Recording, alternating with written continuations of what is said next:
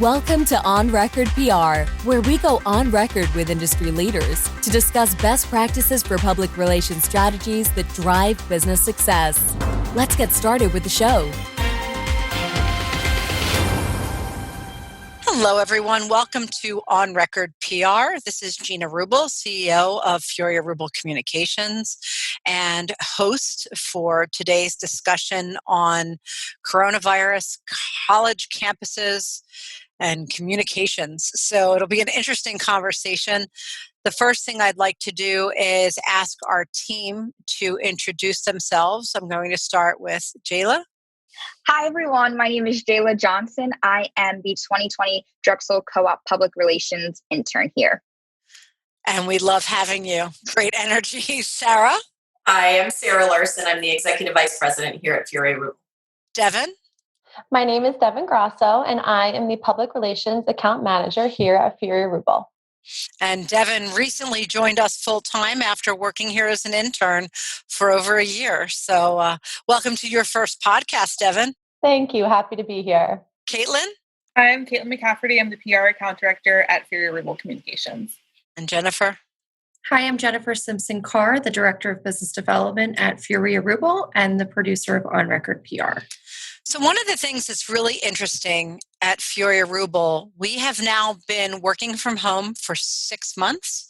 This is how we get together. Every morning we have a virtual conference.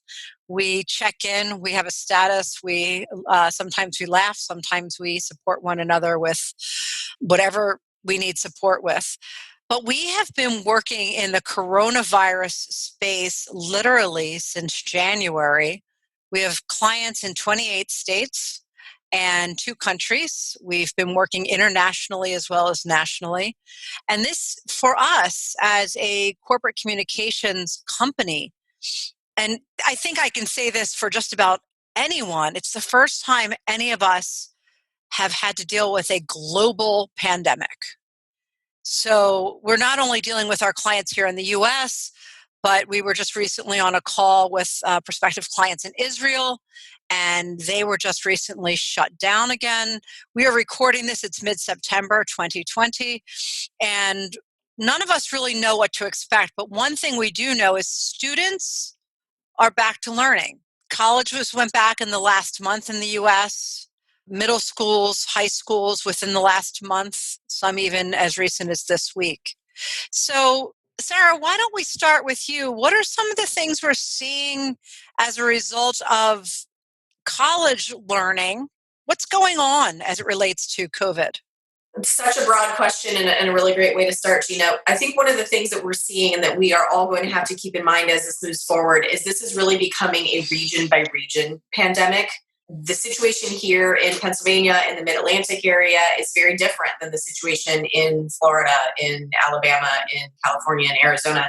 The importance of making those local decisions on how to react, what to do, what the procedure should be. Everyone is sharing best practices, definitely, but putting those into action has to be done at the individual school level because the situation is just so different from school to school and area to area.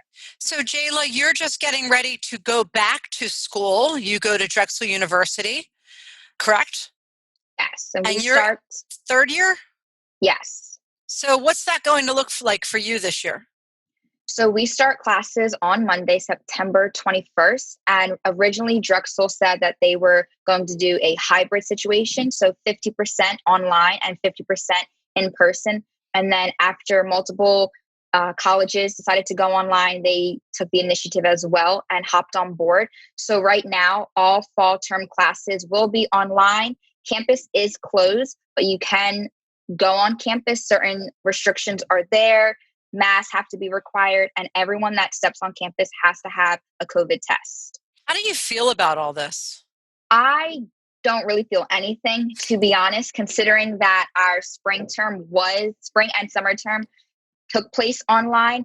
But it's interesting to see how colleges are going about the situation and dealing with the online learning, such as the Zooms, Microsoft Teams, and really adapting to what we all will now be dealing with for a long time. Well, so to some extent, I think what I heard you say, and correct me if I'm wrong, you've gotten used to it. Yes. And that's an interesting perspective. And I don't know that all students feel that way, but I appreciate that you do. Devon, how would you have felt? You're the most recent college graduate on the team. Yes. What is this? What are you thinking about? What's on your mind? It was definitely a shock at first to hear that my school, James Madison University, was going to be transitioning from in-person to online and remote academics. But, at the same time, I think you have to look at everything with a positive mindset and outlook. And it really, I think, in ways has prepared me for, things to come in the future. My internship for Furia Rubel at first, when I went back to school, was remote. So I had a little bit of an inkling on what that might look like. And, looking back now, it was super helpful. So that's really interesting. Now we're working from home. Caitlan, what are some of your perspectives and experiences? So I think about this a lot because I went to I went to a city school. I went to school in a major city. I went to American University in Washington, D.C. And so they are shut down too this semester, along with all DC schools. So that's, like Sarah was saying, that's a really interesting way to look at it too, regionally. Like, colleges shut down when the public school system shut down. It wouldn't make sense to stay open when the school system in the area is not open either. And I think you're seeing that in Philadelphia as well with Drexel and Temple. And then I also was a freshman when H1N1 was hitting the States. So I have a bit of an experience and memories of quarantining in the dorm rooms and outbreaks being a concern when you're trying to go to class, et cetera. And like your new friends getting quarantined in a hotel when they get the virus. So I do think that colleges are specifically situated and prepared for these types of things.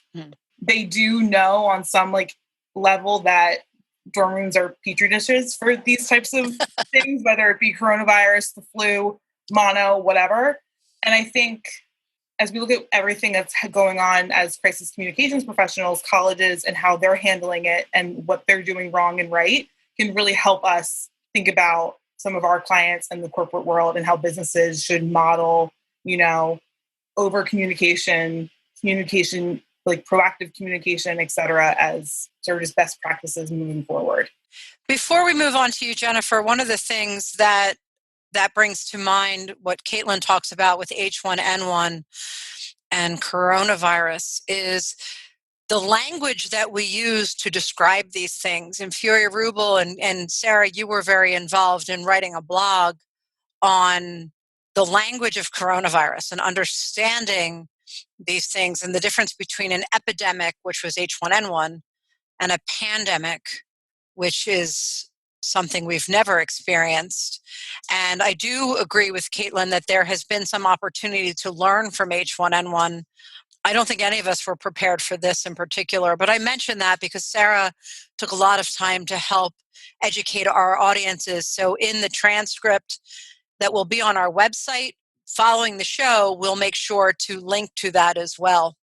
Jennifer, you are the only one with very young, much younger children than some of us and some with no children. What is it like having an elementary school student at home while you're working?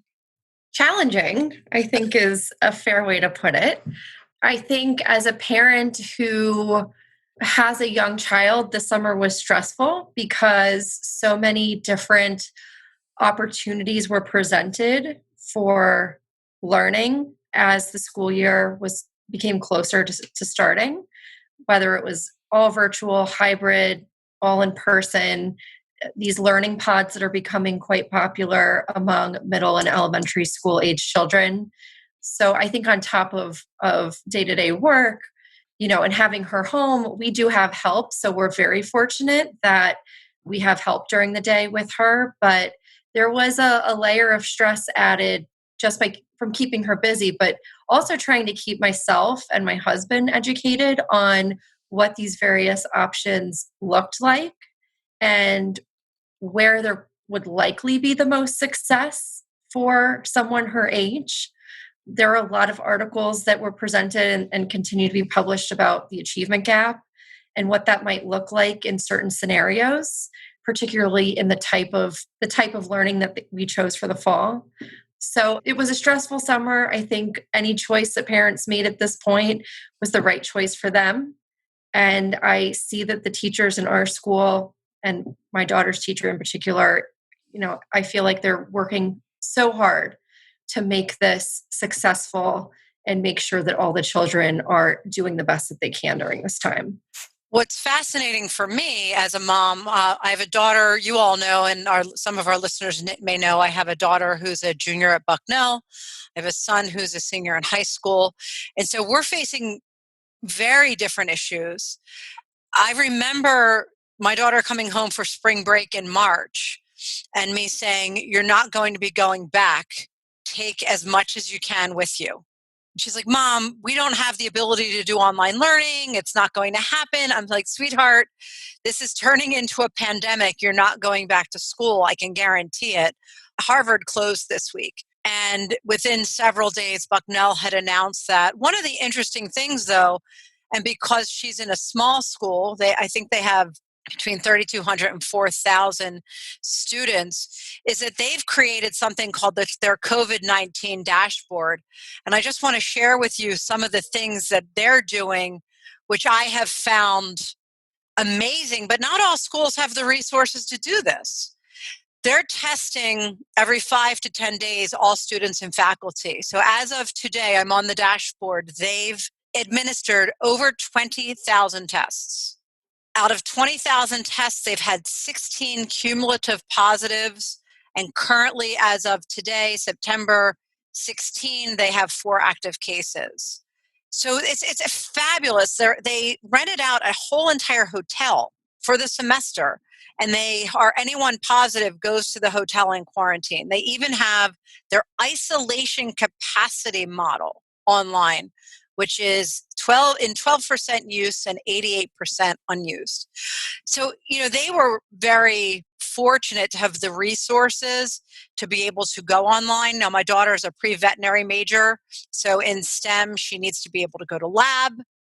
I was talking to someone this week, and they said, their kid was coming in with their measuring cup, trying to figure out, because their child is not a college student, but is doing home ec from home.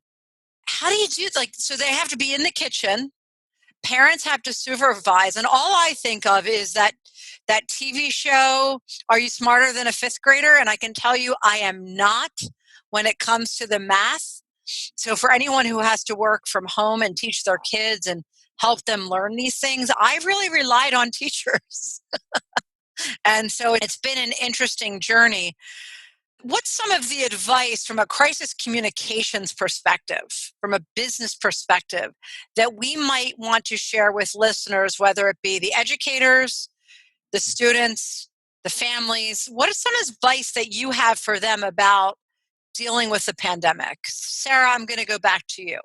Well, I think the dashboard that you just highlighted that Bucknell is doing is an excellent example of how, as Caitlan alluded to earlier, over communication is, in my view, prevents more problems than anything else. Giving people the data, showing them the information in charts, in graphs, numerically. Once you show people that you are, as an organization, that you are dedicated to being transparent, to sharing with them what you're doing to keep the kids safe, to keep the employees safe, to keep the whole community safe, that is going to reassure people almost regardless of what the numbers are. I don't say completely regardless. I mean, Bucknell's numbers are minuscule, right? So 20,000 tests administered, 16 cumulative positives. That's fantastic. As a parent, that would make me feel very comfortable with my kid being there, remaining there, staying there. Now, on the other hand, as we've seen some of the other numbers across the country, region by region, absolutely skyrocketing. That does not make me feel very comfortable. Right. But one of the things I did want to mention, and we may come back to this later, but nobody has alluded to it yet, and I think it's super important to get out there. I am not at all worried about on campus. I'm worried about off campus. I am not worried about the classrooms or, frankly, even the dormitories. Yeah, dormitories are petri dishes, but the vast majority of college kids have fairly strong immune systems if they're taking care of themselves. However, the sororities, the fraternities, the off-campus parties, the bar crawls, the pledges, that's where we're seeing these super spreader events spreading the virus. And then, as we all have seen over the past 6 months, once it gets a foothold, it's just astronomical growth. So I think the universities are probably pretty frustrated because they're doing everything they can to keep it off their campus, but they can't always control things that are happening off campus. And I think that's the larger wild card. You make a great point. And that is the scary part when they all come home for their extended fall, winter breaks and to see what happens then. So it'll be interesting. Is anybody having fall break? Well, when I say fall, winter break, for example, Bucknell finishes mid-November. They take their exams, their finals at home virtually, and then we'll be home through early January. Yeah, so's Kings. I think a lot of the Northeast colleges are doing it That's what we're seeing here. I'm not sure about other parts of the U.S. Jayla, I have a question for you as it relates to advice for campuses. Many students apply for internships or co-ops, different types of learning experiences.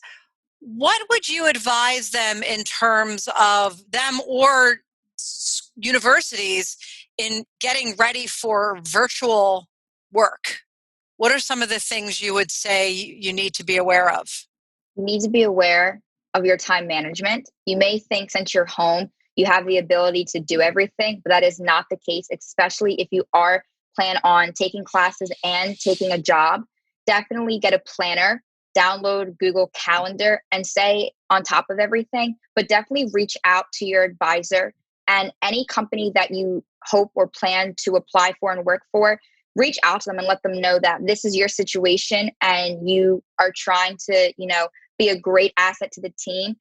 But there are things that could happen, but definitely hold yourself accountable and don't be afraid to ask for help because once again, we're all new to this. None of us are perfect. So this is a great opportunity to learn not only yourself, but how companies are going about the situation. So then in the long run, you can maybe think, oh, I saw what this company was doing while we were in a pandemic. This is definitely a place I would like to work at.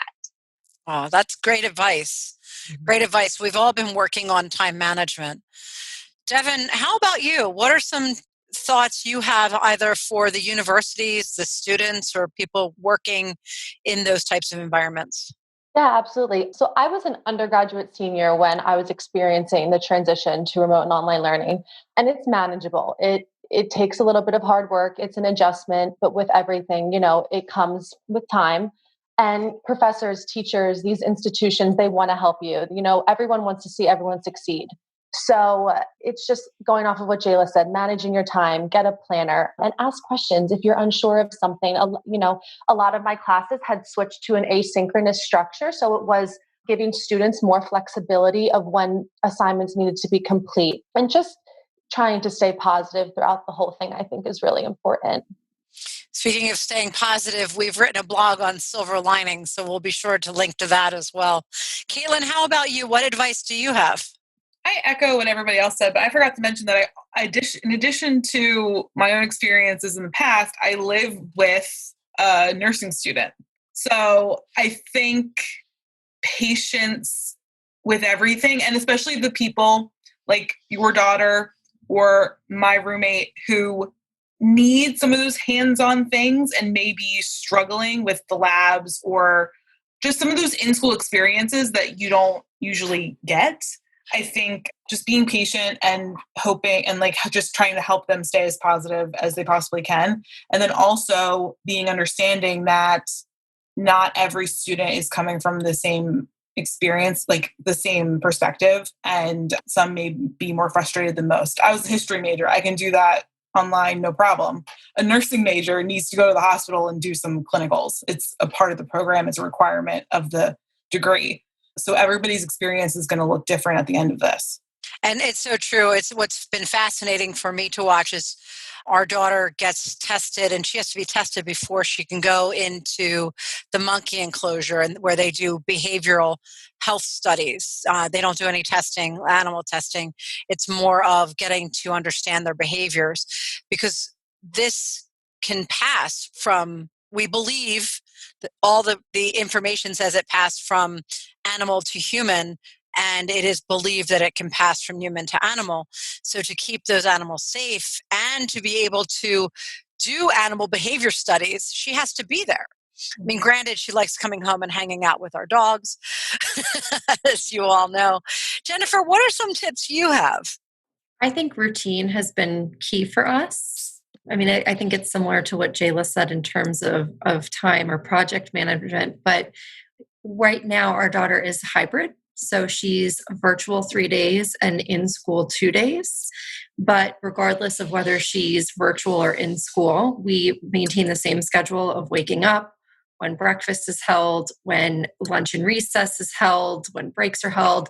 And I think that has helped her feel like there's a sense of normalcy, and that even though it's virtual school, it's still school. She's learning on an iPad that was provided by the school district. And then for us as parents, we have a sense of when we need to be available to help or to provide a snack or to provide lunch or provide some outside time, which helps us as we're scheduling or going about our workday. So for us, routine has been important. I can imagine for other families that might be something good to consider. You know, as I'm listening to all of you, one of the thoughts that comes to my mind in terms of advice, and it ties in with what Sarah and Jennifer said, is that universities, the ones that have communicated well, have a routine with communications, and all schools. And Sarah, you talked about over communicating, as did you, Caitlan. And I don't think you can over communicate at a time like this. And our son, the district he's in, they have weekly communications as to what's happening, what's changing.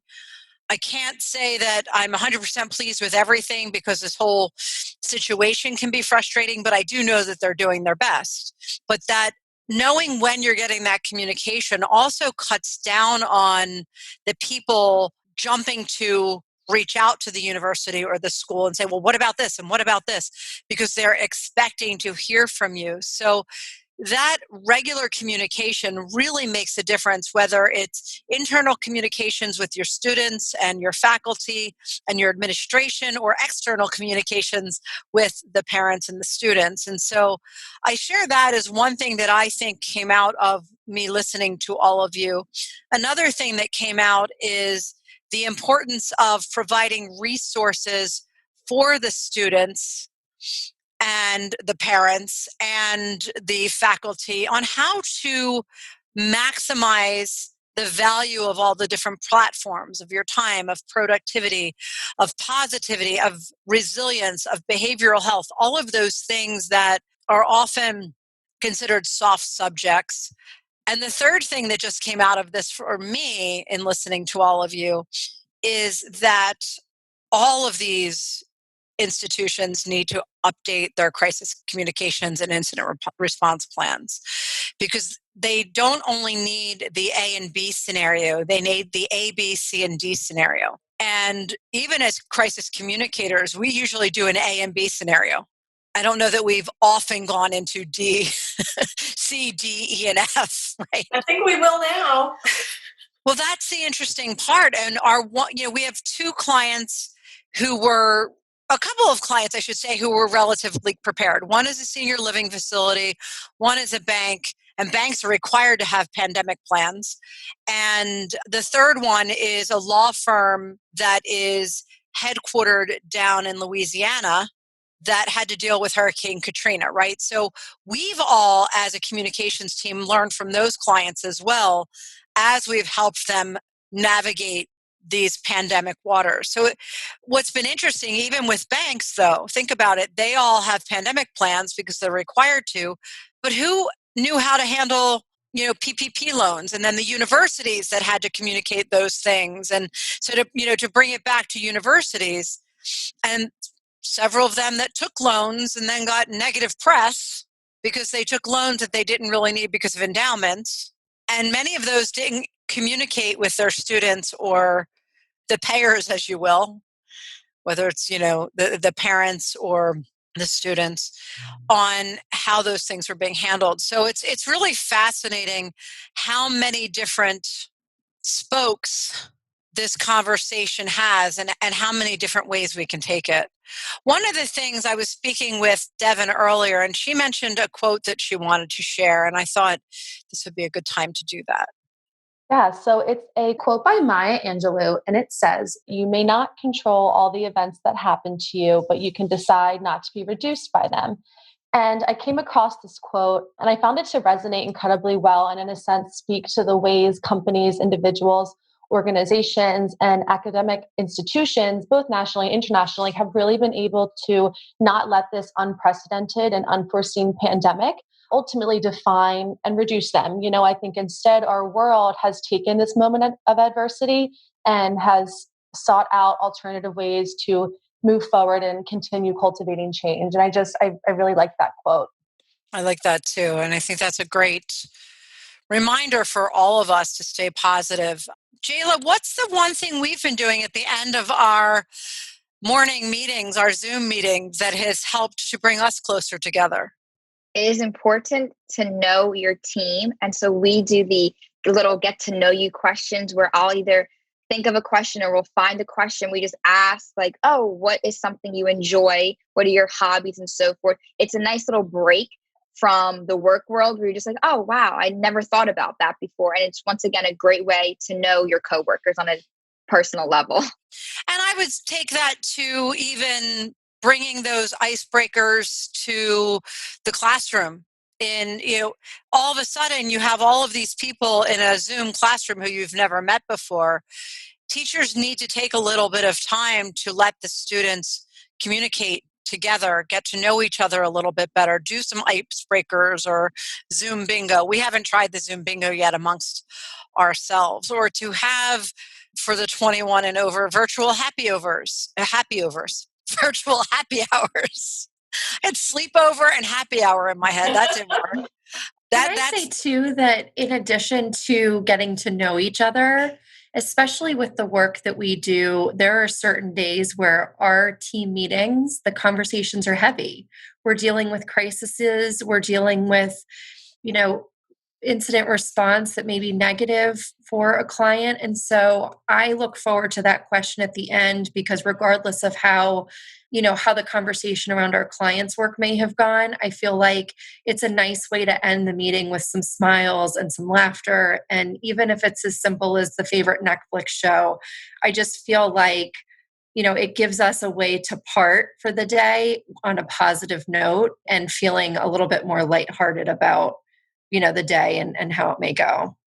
I do love it. And, I feel like, because my office is separate from where your offices used to be.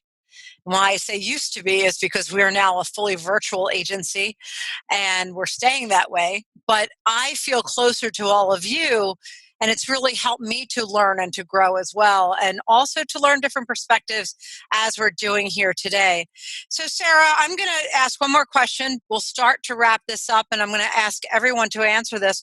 What is one thing that you've taken away from this pandemic that you'd like to share with universities, whether it be the administrators or the students? Can I alter that a little bit? Sure. I've got one for the colleges and I've got one for anybody K through 12 or preschool. There you go. If you're still in high school, middle school, elementary school, preschool, especially the younger they get, stop worrying about the achievement gap. Our goals for 2020 are not the same goals as they were in 2019. My goal for my 8th grade daughter is that she stays healthy, that she stays attached and connected to her friends, even if she can't be with them, and that we don't kill each other. Anything above that is gravy. Like they're still learning, right? Especially the younger your kids are. Do not expect them to sit in front of Zoom all day and, come out ready to do rocket science. It's just not going to happen, but it's not going to happen for anybody. So I tend to, as a parent, think all that stuff comes out in the wash anyway. So don't worry about that. A little bit of a different story at the college level, right? Because we're all paying so much for it.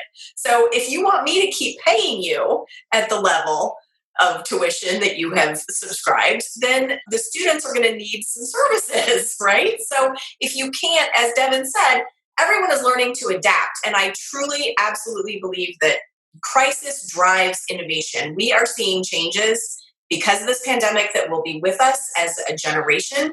We are seeing societal and technological advances that would have taken maybe 20 years to adapt. We've done it in 6 months, and a lot of those changes are going to stay. That's all great, but make sure you're harnessing them to actually deliver what you are being paid to deliver. If you're not going to deliver them, then we shouldn't have to pay you for them. That's what I say. I think that's a great point. And it made me think about one of the things that I feel is really important to share is that we as members of the community, whether we're parents, whether we're communicators, students, former students, we need to help advocate on behalf of students at all levels. And one of the challenges we've had here is that the one educational institution that our son really wants to go to has not formally announced yet whether or not the ACTs or the SATs are going to be required. They haven't made them optional. And so that's really created a lot of stress given the fact that they were canceled 3 times. He showed up 2 additional times last month and this past Saturday for both schools to just close. I didn't tell you all that earlier this week. So he still does not have his ACTs. And we have to continually, as parents and the students, they have to advocate for themselves too. Don't get me wrong, but reach out to admissions and ask that question because it's really becoming a challenge, and it could be changing what their dreams are, and especially if those dreams are achievable. So I share that as my tip to both universities. Please remember that you also are dealing with incoming students, and you need to communicate to them, not just the students, the paying students, but if you want people to come to your university in the future, you need to communicate with your future. And I think they're missing that mark big time right now.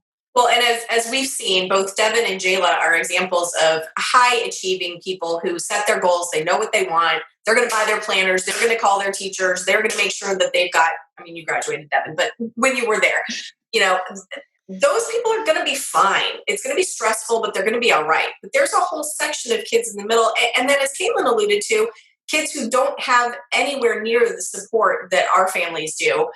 This could be a sink or swim moment for them. And a lot of them are going to sink if they don't have some support. Which also reminds me to say to universities, help these students get internships. Yeah. Doesn't matter if it's virtual. It doesn't matter. Jayla, I believe you've learned quite a lot over the last few months. I know we certainly have learned a lot from you, and it goes both ways. So what advice do you have, Jayla? Honestly, it's very simple. Just breathe.